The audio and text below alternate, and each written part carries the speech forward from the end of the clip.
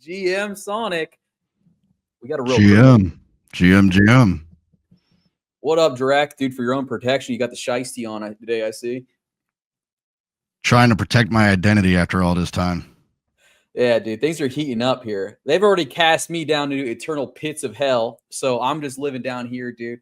Reputation in tatters. I'm destroyed by the Sonic Labs network and community as well. But hey, I'm still optimistic. We can get out of this. I mean, you're in hiding in hell, whatever. I mean, the idea was that I was finally making my full transformation into the Roadman. The Roadman, dude. Yeah, that was the idea. That's kind of lifestyle we're all gonna have to start taking up here soon if things don't change quickly, momentum wise. You know what I'm saying?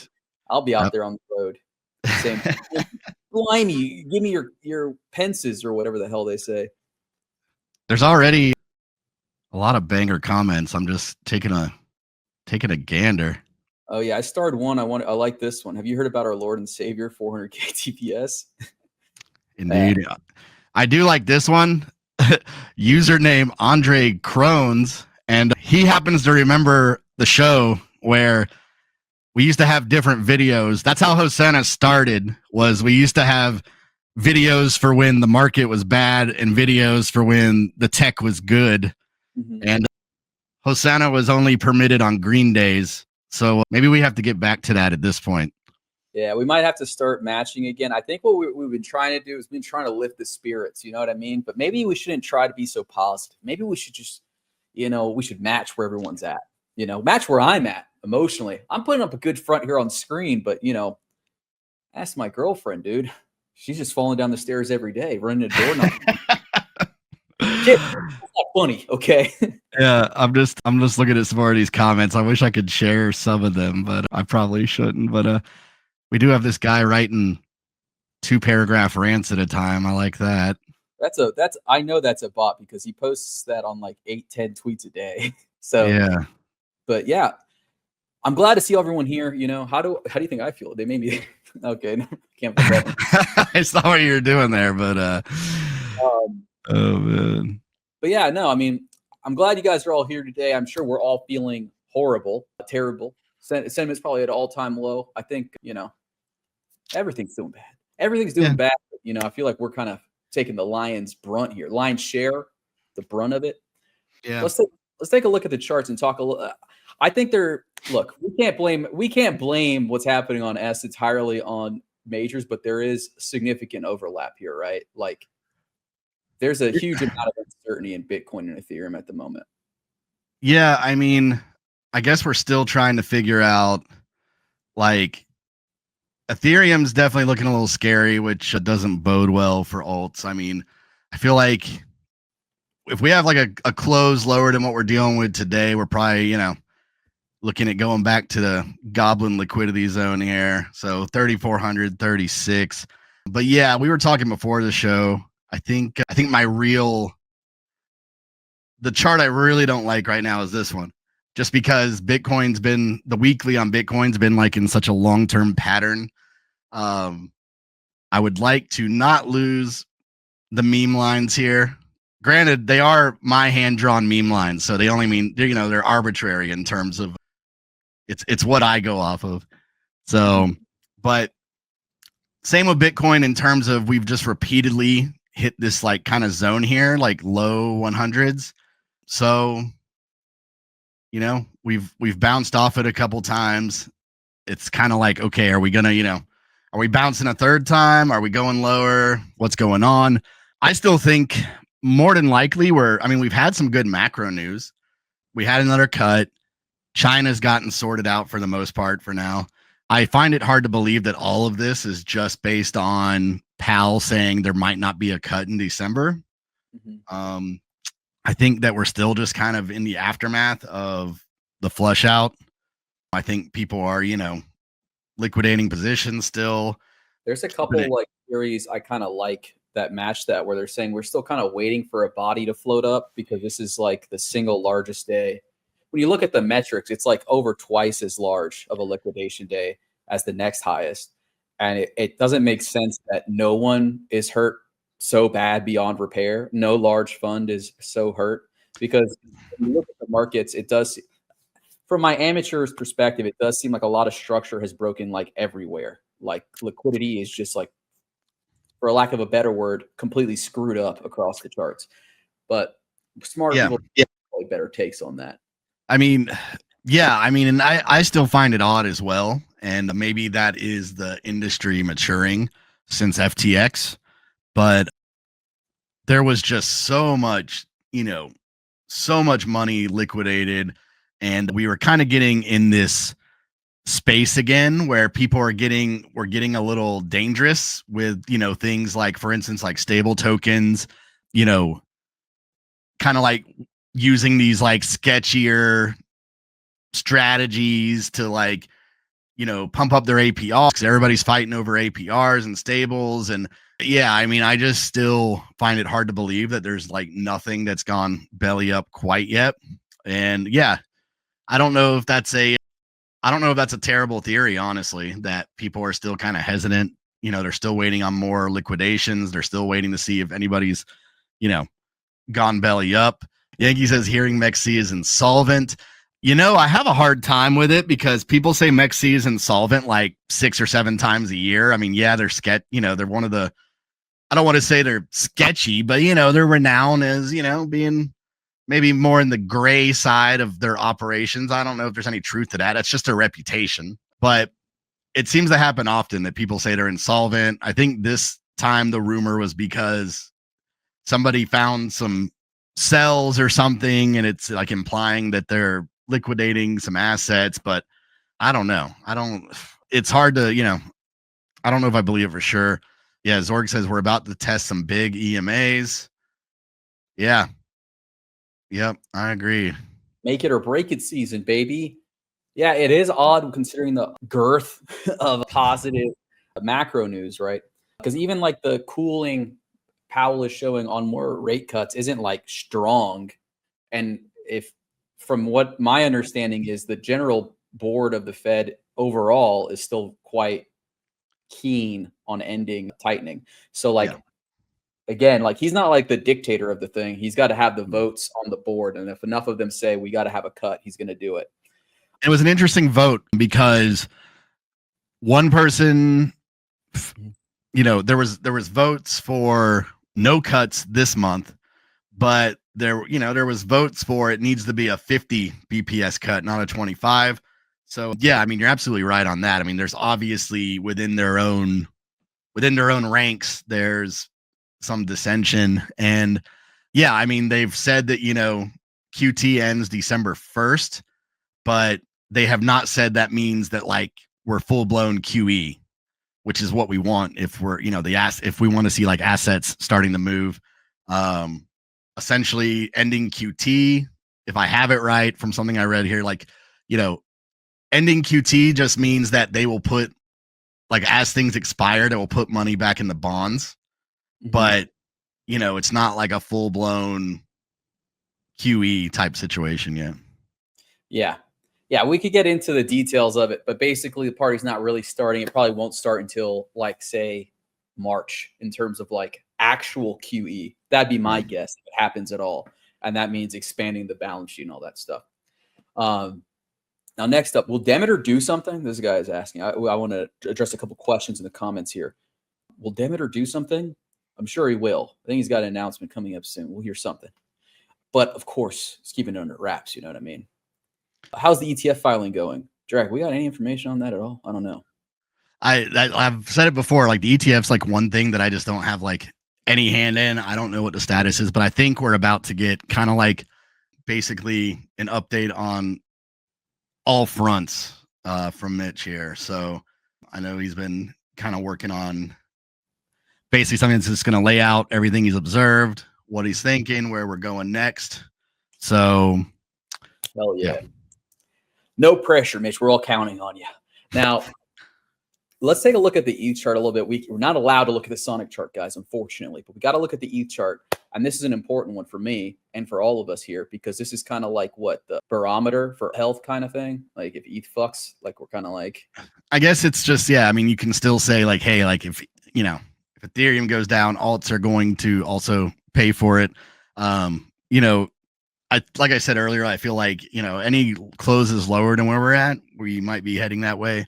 But I don't know. I'm of mind to believe that if we are just kind of like idling, I don't know if we're going to just keep sinking lower. I think we're just going to kind of crab for right now.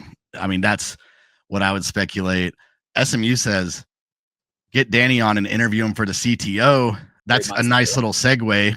We were going to talk about that today. Now, I said in the Telegram that one time Danielle said, tell them to make me CMO. And we were like, dude, yeah, Danielle to CMO, that'd be wild, man. You should do it.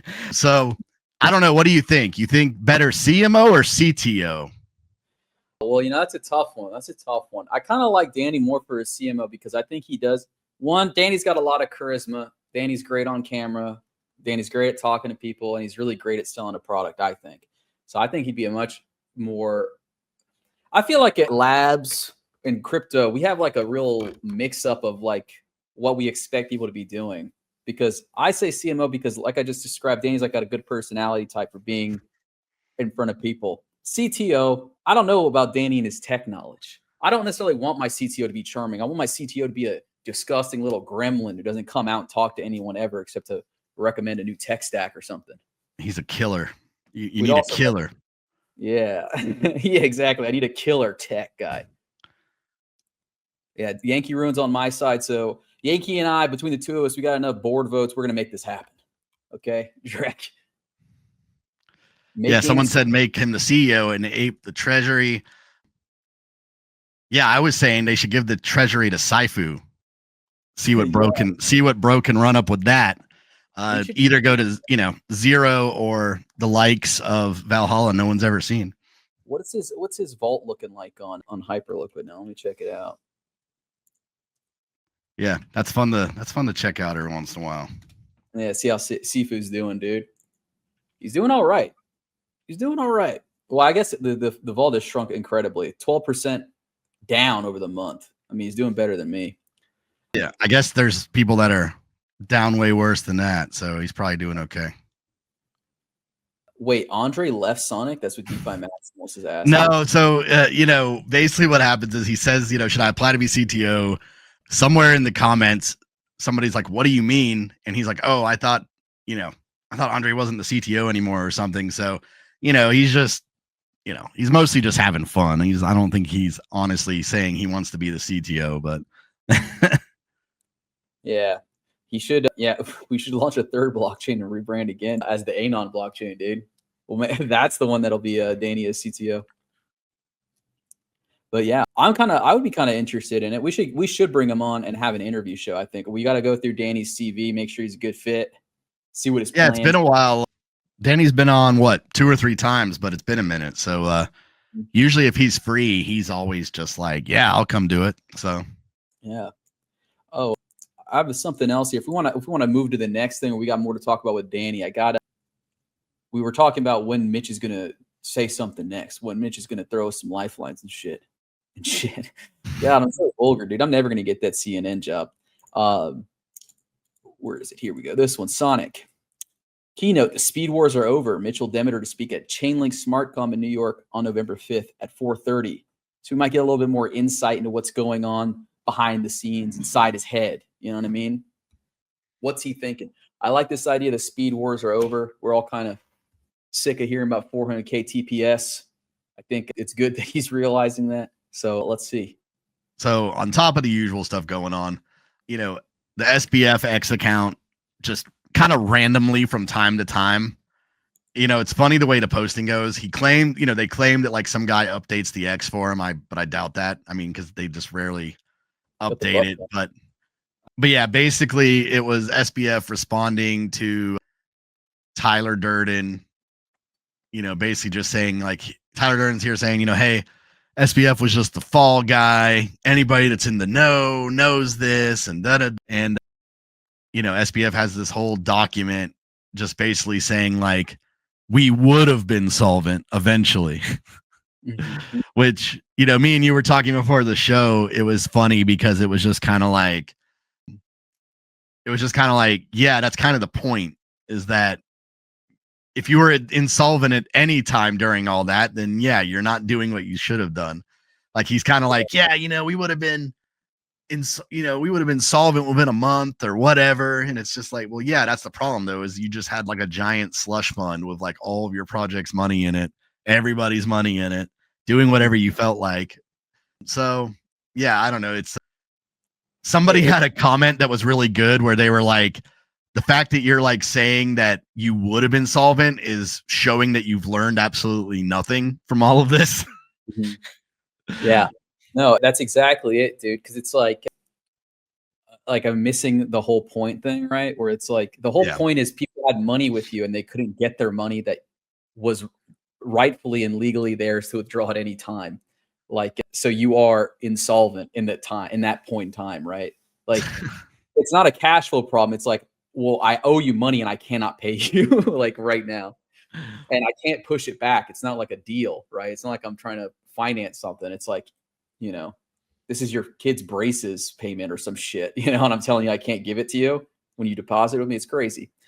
But I think kind of the interesting take for this, or an interesting angle for it, is when we examine like what's happened with recent pardons. Like this is obviously SBF trying to angle for like a pardon, like he's been kind of making his appeal for like why he's not guilty for a while. We've had accounts popping up saying SBF didn't do anything wrong. Everyone would have had more money now if SBF was still in charge and they hadn't gone bankrupt, if you had just waited. And it's like, yeah, but I mean, yeah, I don't know. I mean, all right. I don't know what to do with this guy that posts like 3 paragraphs every time he posts in the stream comments, but why don't you make that long form on your X and tag some people and, maybe we'll share it or something. But I don't think this is,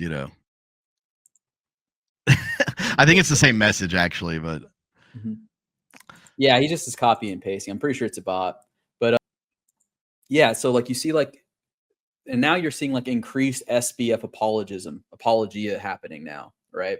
So I don't know. SBF is like the worst one in my opinion because he doesn't even have like the veneer of like professionalism. You know what I'm saying? Yeah, I mean, yeah, I think that we've also talked about this before where, you had those characters. We were talking about this with Arthur Hayes being part and CZ being part, and how you had these guys that were just kind of more like playing the gray areas of the law, knowing that they were kind of loopholes and everything else. But SBF, like I followed that trial pretty closely because I was very interested in it. And it was like, no, like bro was actually just like a straight up criminal for real. So yeah, I don't think he gets a pardon, but I see, I mean, it's like you said, you can kind of see the writing on the wall in terms of like they're slowly mounting this like information campaign almost to, I think like, Trump specifically said about CZ that he felt like people like CZ and Hayes were like targets of the Biden admin. So they were like political targets. And that's why he felt like they should not have the punishments they had. So yeah, I'm curious to see, how it works with SBF and that, Yeah, that is Zorg has a good point here too. Zorg, because if you're making it like political, like Trump kind of did, then Zorg has a good point. He won't get a pardon because he donated to Dems. Yeah, he was donated hundreds of millions of dollars. So yeah, that makes sense. That is also an important angle. It's like, he was managing a fund that like blew up, as opposed to like CZ, who his like solvent, like his business is running fine. He didn't hurt retail. Yeah, well, he did, but they're saying he didn't do it they're claiming he did, but they're saying he did it in a way that was like more elegant, right? And, like it didn't expose this huge corruption. But anyway, yeah, dude, I don't know. No, we shouldn't let SPF out, even though we joke about it. The scam pumps are not going to be fun. We're just going to get Aster every day times 100. Yeah. Yeah, probably. Miner says SPF destroyed way more people. Yeah, I agree. Now, what's another good one here? Drac, we got SPF. Mentioned that FTX was never bankrupt. Obvious lie. Well, Brian Armstrong, dude. This is another one. So I wanted to go into that next since we were just kind of like on this topic. So apparently during Coinbase's earnings call, at the very end of the call, somebody shared with Brian Armstrong, like it was basically like Polymarket, like predictions, like going around things that Brian Armstrong was going to say in his earnings call. Mm-hmm. So someone presents him this list and he basically just reads off the whole list during the earnings call. Yeah. So effectively, you would argue that he basically just manipulated Polymarket in a way. Of course, they're, you know, all having a good laugh about it. Like, haha, that was fun. That was funny. But it is like an interesting look at, I don't know, where the future of gambling is heading, right? I mean, yeah, I've always said this about these Polymarkets is like, it seems like an interesting, like, it's like worse than gambling in some ways because it's so susceptible to manipulation, right? Like the classic thing about sports gambling that could be messed up is if like the people you're betting on take a dive or something, right? Like if it's rigged in some way. But these are so much more easily riggable because anyone can make them. Yeah. We're not even talking about Sonic anymore. It's so bad. We always do general news, guys. And we always do charts. We always do general stuff. You know, we touched on some of the Sonic stuff, but it was like, honestly, yeah, it's like there's, you know, I don't know what else we can talk about at this moment while we kind of wait for this, you know, directional shift, you know, this move that we're hopefully about to see start happening. I'll level with you guys, dude. Look, I also want to know where the token minted went, what the progress and the result of the ETFs, the DATs are. I want to know, where did all these tokens that got minted go? We don't have an address. I don't have an address. Why would they share with me, dude? I don't know. So I would love to know, but I just gotta wait, dude. And you know, I got faith in Mitchell to do the best, make the best decisions for the network. So we'll see. But you know, I can't give you what I don't have, dude. I wish I could. Billy says, "Don't you work at Sonic?" Yes, but essentially, you know, what I'm saying at the beginning of the show is, you know, me trying to all but not totally give it away that you're about to get this coordinated communication. So you can expect that soon is what I'm getting at. Like, yes, I know things, but got me. Now, this is one that I can answer. I'm happy to answer. Will Sonic develop prediction-related markets? I don't think Sonic Labs develops them, but there are on the network various prediction-related products. I was talking to a dev the other day who wanted to build one. But this is my bias. I always try to talk them out of it because I was like, it's a pain in the ass. It's a crowded space. Like, how are you going to compete against Polymarket at this point? It's going to cost like hundreds of millions of dollars in spend to get anywhere near the kind of mind share you'd need. And the infrastructure for them is like, again, to me, it seems like a time bomb. It's a time bomb before someone makes a prediction market and scams the shit out of a lot of people. And then they're like, wow, why was this allowed? How is this allowed? I also think that, you know, I think things will get a lot interesting when, this is totally just me speculating, but there's no way, in my opinion, that Polymarket stays on any network. Like Polymarket is going to have their own EVM or network or whatever. I don't think there's any way that's avoidable. Yeah. Now, I kind of wanted to plug one thing, though, is we had index.fun on before. They're kind of similar to Polymarket, a little bit different, a lot more novel. I would recommend checking them out.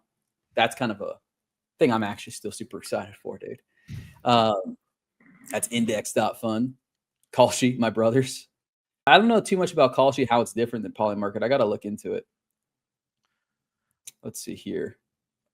Oh, yeah. SMU has another good question. What is the direction of Sonic? Is it just another piece of infra? The head of Vibrant Community is now a ghost town. It seems way hard to rebuild.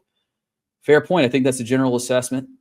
SMU, and that's what I'm saying. We just get like, we got to just wait on the leadership to decide, right? I would love to say I get to decide the strategy. Hell, that's one of my recommendations. You guys remember, I don't know if you guys read it, but I have a thread of recommendations I'm writing right now on how we could save Sonic. And one of the top ones is to give Corval the entire budget and let him just run the show. I think that'd be a good one. You know, I just market buy all my bags. I'd vote for that. Hell yeah, brother. So are they stupid if they come to, yeah, they can get FEM, dude. That's what they need, dude. That's what everyone needs when they come here. Y'all don't want to hear me talk about FEM, though. Not right now. But let's play this video real quick because I want to hear that last little piece. Oh, yeah.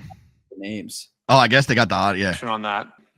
I was a little distracted because I was tracking the prediction market about what Coinbase will say on their next earnings call. And I just want to, add here the words Bitcoin, Ethereum, blockchain, staking, and Web3 to make sure we get those in before the end of the call. Dude. Wow. Yeah, just straight up. All right. Just straight up, dude. That's so funny.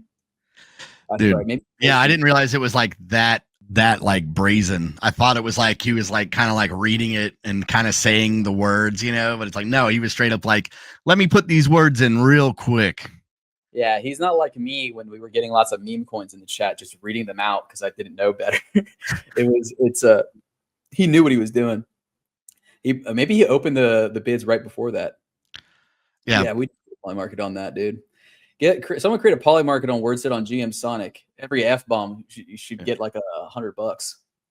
Parson says food and 400k TPS is the meta. Yeah, I've seen a lot of that. Like there's this group that I guess is, figured out something with the algorithm. So they're pretty much like, look at my turkey sandwich, but it's not as fast as 400k TPS on the Sonic network. Yeah. Oh yeah. You guys are vaporizing and going and sending kill squads to all those people's houses, right? Like they're done. On the Sonic budget, we just send in freaking Navy SEAls, dude, real operators with shiesties and everything. Yeah, but who's gonna beat the system? The guy posting his slice of pizza, or me with one Excel sheet hitting delete? I don't know. That's true, dude. They underestimate the power of Excel, bro. Yeah. Follows-on points out you can do anything when you're bribing the government. That's right, dude. And that's why I'm relocating to a very advantageous position on the Eastern Seaboard where I'll be within range of DC and New York City so I can hit up the White House and Trump Tower and loiter around them as long as needed until I can bend Trump's ear and tell him about the power of FEM and 400k TPS, instant finality. There is something else Sonic related. It's Flying Tulip related, but yeah, so just like a little tiny bit of news in terms of impossible DeFi. So apparently maybe somebody knows how this like totally works where you have like, is it like you have to stake to get your allocation? Like you have to basically stake their tokens to get your allocation or something. Like I'm not totally familiar with how this works. I think it's like you're getting like the opportunity to allocate. So you have to stake, then you can buy tokens. Yeah. That's a big all over people on BNB. Yeah, it's a huge opportunity for people over there on BNB. So happy for them. But no, I don't know. I think also what I'm trying to point out here is I think we're getting close. So I think with all this stuff starting to like slowly seep out, I would like to think we're getting close. Yeah, we're getting close to the first of the staggered 24-month deployments. I'm quite excited for it. Let's see here. Requested. All right. Let's pull something up here. We're also embarking on a fantastic journey, fellas. We're moments away from boarding the SS Flying Tulip with our brave captain Andre Cronier at the helm. Yeah, almost time, and it needs to be soon. It needs to be sooner. You know what I'm saying? We had another nice little article from Beats here. That was something else that we got. Want to talk about the 1010 article they wrote here, Proof Under Pressure? Yeah, I mean, we had the Shadow article, we got the Beats article. There's some good like Dune kind of charts on there, but it's a lot of good info in this article. Just showing how the tech's good, everything's smooth, blah blah blah. But we were talking about how it would have been nice if it was like better terms, right? Like everyone's like, okay, it's a good showcase of the tech, right? But it's also like it was on a day where most people just got annihilated or took a hit, So I don't know. It's like it's bittersweet, I guess you could say, right? I want to hear some stories about people that use the power of the Sonic network to escape liquidation on 1010 because they withdrew their funds in just the nick of time. That would be a great story. That's what we need to find. Is we need to find somebody that said like my CL was about to get completely wrecked, but thanks to the super fast speed of Sonic, it worked under the pressure of the 1010 liquidations, and I saved my funds. Yeah, I feel like they should have interviewed me, dude, because I mean, it's not the best story, but I was able to throw a lot of money into the bottom, but because of the volatility, I still got liquidated. Now that was fun. I got liquidated at like fucking like 10 cents or some stupid shit.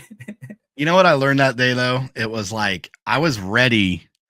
I was like waiting. I was like sitting there like, oh man, like yeah, like it's deploy time. And as everybody knows, basically first you have the networks, right? So yeah, Sonic networks running perfectly smooth, no hiccups. But then you have to deal with the wallets. And like Rabby and MetaMask were basically like overloaded. So I don't know what the solution is in terms of like there needs to be some kind of like backdoor special solution, you know what I mean, for like executing trades and swaps in moments like this. Yeah. What we need, dude, you know, look, here's another idea to save Sonic. Introduce circuit breakers, dude. From the first chain to institute certain. Dude, imagine that, man. Like the first chain to, like if you're like on the chain, it's like if you're a project, it's like if you have more than like a 7 to 10% dip in a day, they halt the trading on that asset. Dude, you know how much insane money we would make? It'd be crazy, dude. Everyone would use that. I love that idea too, because it just like totally bypasses like the entire reason for like DeFi or anything. It's just like because you know someone's gonna do it one day. Like one day there'll be a network where it's like, yeah, like you know, you can't permissionlessly add anything, you can't permissionlessly do this or that, and we have circuit breakers on like the native gas token. Yeah, I was literally thinking like I'm kind of surprised that like no one has done this already because it seems like when people introduce like they kind of like it, dude. They kind of like this kind of stuff. I don't know.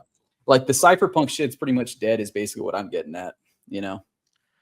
Yeah. I mean, it's like we've said before. It's like, you know, all those years leading up to 2020, 2021, it was always just wait. The institutions, just wait. They're coming. They're going to put all the money in. But now we got to deal with, you know, the entire ethos of what we're involved with kind of shifting.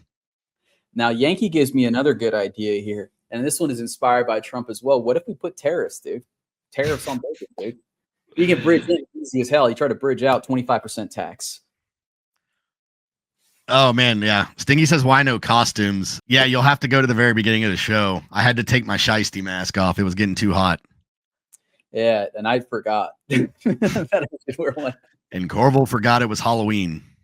Yeah, I forgot it was Halloween, guys. Sorry. Just, you know. It's just I've been so scared all month, you know. It slipped my mind. Starts, dude. But yeah, I mean, I think that might be all we have on this stuff. Anything else interesting we should cover? We should talk about anything we should address? The Freddie Mercury costume. Yeah, I guess we could say that's what I'm doing. Dude, Stinky looks like a heavy metal drummer, dude. That's the thing, though. I don't think that's actually Stinky. I think that's just a guy that people tell him he looks like. Maybe Stinky can. It does look like a heavy metal drummer then. Yeah. But yeah, no, I mean that's pretty much it for today. Short one, like I said, not a ton to report. That's coming up though. We'll definitely have stuff to talk about next Tuesday. And yeah, everybody just, you know, try to enjoy your Halloween. Maybe I don't know, go outside and drink a beer and just stare off into the void. Take a cigarette out there with you. Hey, you know what? You might, and also here's a little life hack for you. A bear market life hack. You're never really too old to trick or treat. That's free calories, dude. You're gonna need them. So you go on the McDonald's site and you get the free Monopoly coupons, and then you go out tonight and get a bunch of candy, and then you're set for the weekend at least. So you can make it till next week. if you plan your route effectively enough, you'll have enough calories to survive till the next bull market in 6 months. So yeah, that's all we got today. Thanks everybody for hanging out. We will be back next week, hopefully to better charts, less crabbing, good macro news, right? That's what we're going to hope for. Yeah. We're in Dogbone Village, Yankee. Don't forget it. You're never safe. And also, love you guys. Thank you so much for tuning in. Even the haters, we appreciate it. Be sure to like, share, retweet, all that crap. And we'll catch you next time. Hang in there, guys. See you then. GMSONIC is Corbel and Dracula Presley. GM.